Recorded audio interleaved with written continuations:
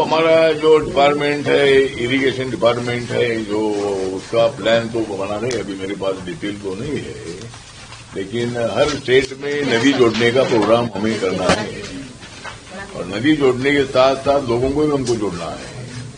मतलब नदी जोड़ने का प्रोग्राम अगर सफल हो जाएगा तो मुझे लगता है कि और भी देश में एग्रीकल्चर बहुत ज्यादा बढ़ेगा, किसानों को उसका और भी ज्यादा फायदा होगा और इसीलिए मतलब नदी जोड़ने के प्रोग्राम के तरफ ज्यादा ध्यान देने का हमारा जरूर प्रयत्न है और उसमें झारखंड भी है ही। मतलब झारखंड हर राज्य के लिए नदी जोड़ने का प्रोग्राम का प्लान है। चलिए रामदास अठावले जी, आपके मुंबई में 2 स्टेट का, बिहार और झारखंड का भवन का निर्माण बनने का प्रोजेक्ट नीतीश का कैबिनेट से पास हुआ और झारखंड के कैबिनेट से, इसको आप कैसे देख रहे हैं? मुझे लगता है कि वहाँ हमारे यहाँ मीरा भाईंदर में और मुंबई के कई इलाकों में झारखंड के लोग, उनको झारखंडी भी बोलते हैं वहाँ, तो झारखंड के लोग बहुत बड़ी संख्या में है। तो मुझे लगता है कि वहाँ झारखंड का भवन बनना चाहिए और बिहार का भवन बनने के लिए भी जगह अभी दे दी है। तो मुझे लगता है कि भाई कुछ लोग, राज ठाकरे जैसे लोग उसका विरोध करते रहते हैं, लेकिन मराठी के ऊपर अपना प्रेम तो होना ही चाहिए। जिस तरह हिंदी भाषी का प्रेम अपनी हिंदी पर होता है, उसी तरह मराठी भाषा बोलने वालों का मराठी पर प्रेम होना ही चाहिए। लेकिन मुंबई सिटी ऐसी है कि वो देश की आर्थिक राजधानी है और वहां आने वाले हर आदमी को वहां पेट भरने का मौका मिलता है, बिजनेस करने का मौका मिलता है। तो वहां लोग आते हैं उनको, तो इसीलिए पूरे मराठी लोगों ने ही उनके ऊपर प्यार किया है। लेकिन कुछ लोग, राज ठाकरे जैसे लोग हैं, वो मराठी के मुद्दे पर दूसरे लोगों का विरोध करते हैं।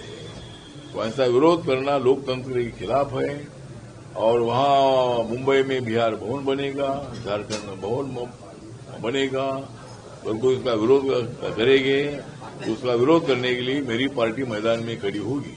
मैंने बहुत बार हिंदी भाषी के लोगों का सपोर्ट भी किया है और इसीलिए मुझे लगता है कि बाबा साहब अम्बेडकर जी ने जो संविधान दिया है, वो संविधान मंजूर नहीं होगा तो उनको देश में रहने का अधिकार नहीं दिया जाएगा। कोई भी हो, संविधान को मानना होगा और ऐसा कोई कानून नहीं है कि भाई यहाँ का आदमी वहां नहीं रह सकता है। अभी हमारे महाराष्ट्र के 4 लाख से ज्यादा लोग दिल्ली में रहते हैं।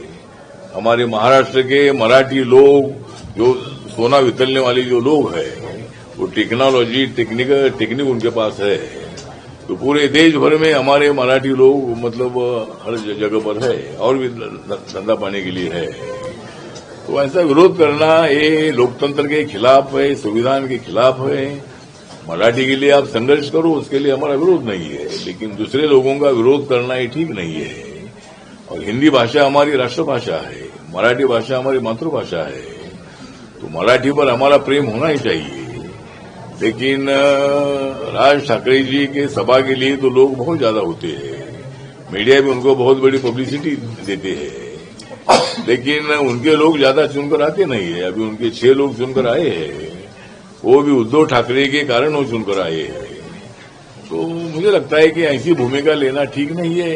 राज ठाकरे एक अच्छा वक्ता है, उन्होंने अच्छे के लिए काम करना चाहिए, काम बिगाड़ने का काम नहीं करना चाहिए। महाराष्ट्र की बदनामी होगी ऐसा काम नहीं करना चाहिए, ऐसा स्टैंड नहीं लेना चाहिए। मराठी बोलो नहीं तो मैं थप्पड़ मारूंगा, इसी तरह की भूमिका लेना ठीक नहीं है।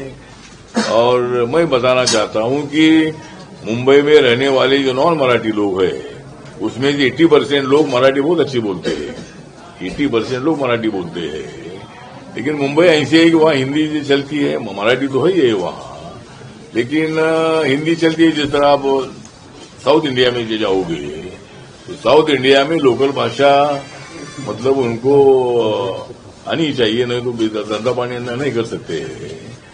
तो मुंबई ऐसा शहर है कि मराठी हमारी देवनागरी है, हिंदी की देवनागरी है और मतलब इसीलिए मुझे लगता है कि ऐसा स्टैंड लेने के लिए हमारा विरोध है। तो आपने जो सवाल पूछा है कि मुंबई में झारखंड भवन भी बनेगा, जिस तरह हमारा महाराष्ट्र भवन अनेक जगह पर है, कलकत्ता में महाराष्ट्र भवन है, अनेक जगह पर महाराष्ट्र मंडल है, हर स्टेट में महाराष्ट्र मंडल है और उन लोगों ने वहां अपना छोटा मोटा भवन बनाया है, गेस्ट हाउस बनाया है।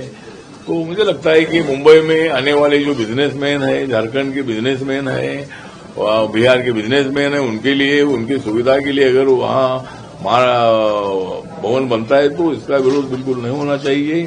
और कितना भी कोई विरोध करेंगे, लेकिन वहां बिहार भवन, झारखंड का भवन होगा और उसको मेरी पार्टी का पूरा सपोर्ट करेगा। अठावले जी, एक महत्वपूर्ण सवाल है, राज्य के ओबीसी छात्रों के छात्रवृत्ति का पैसे को लेकर अभी चंद्रा लिंडा जो यहाँ के विभागीय मंत्री हैं, उन्होंने आपसे मुलाकात भी की थी। क्या पेच है सर? यहाँ के जो ओबीसी मिनिस्टर हैं उनसे मुलाकात आपकी हुई, यहाँ जो स्कॉलरशिप है स्टूडेंट्स को नहीं मिल पा रहा है आपकी तरफ? हाँ, तो जो अभी अधिकारियों के साथ मेरी बातचीत हुई तो अधिकारियों ने बताया कि अभी तक स्कॉलरशिप आई नहीं। तो मैंने अभी मंत्रालय से बात की है और मंत्रालय ने बताया कि भाई वो स्कॉलरशिप रिलीज हुई है, क्योंकि झारखंड के जो हमारे मिनिस्टर है मुझे मंत्रालय में मिले थे दिल्ली में, उनके साथ मेरी बातचीत भी हुई थी। उनके सामने मैंने अधिकारियों को आदेश दिया था, सूचना दी थी। ओबीसी की जो स्कॉलरशिप पेंडिंग है तो मंजूर हुई है, ऐसा उन्होंने बताया है और बहुत जल्द ही वो स्कॉलरशिप इधर आएगी, ऐसा उन्होंने बताया है। बैठक की अधिकारियों से बैठक, हाँ, अधिकारियों के साथ बैठक करेंगे आपका क्या निर्देश? क्या जो विभाग को लेकर अभी आपने बैठक किया है, अधिकारियों अपने विभागों से संबंधित अधिकारियों को क्या दिशा निर्देश दिए हैं? तो अधिकारियों से मेरी बात हुई कि भाई यहाँ शेड्यूल कास्ट, शेड्यूल ट्राइब और ओबीसी, दिव्यांगजन, ये मेरा मंत्रालय है। तो उनके लिए मतलब जो भी भारत सरकार की योजनाएं है, उस योजनाएं यहाँ तक आने के लिए प्रयत्न करना चाहिए। जिस तरह एक ओल्ड एज होम की स्कीम हमारे मंत्रालय की है, तो हर जिले में एक ओल्ड एज होम देने का हमारा सरकार का प्रयत्न है। तो इसे एनजीओ के प्रपोजल स्टेट गवर्नमेंट की तरफ से हमारे पास आएगी तो हम मतलब वो ये मतलब जो ओल्ड एज होम है, ये ओल्ड एज होम उनको दे सकते हैं। तो यहाँ मतलब जिस तरह यहाँ ओल्ड एज होम 22 है यहाँ जो स्टेट गवर्नमेंट के इसमें चलते हैं, लेकिन हमारे गवर्नमेंट ऑफ इंडिया के एक भी इधर नहीं है। लेकिन यहाँ जो प्रस्ताव भी आता नहीं तो हम नहीं दे सकते। तो यहाँ जो प्रस्ताव भेजो ऐसा हमने बताया है। यहाँ जो दिव्यांगजन लोग हैं उनको कम से कम 3,35,000 दिव्यांगजनों को पेंशन मिलती है, ये भी मतलब अधिकारियों ने हमको बताया है। और यहाँ जो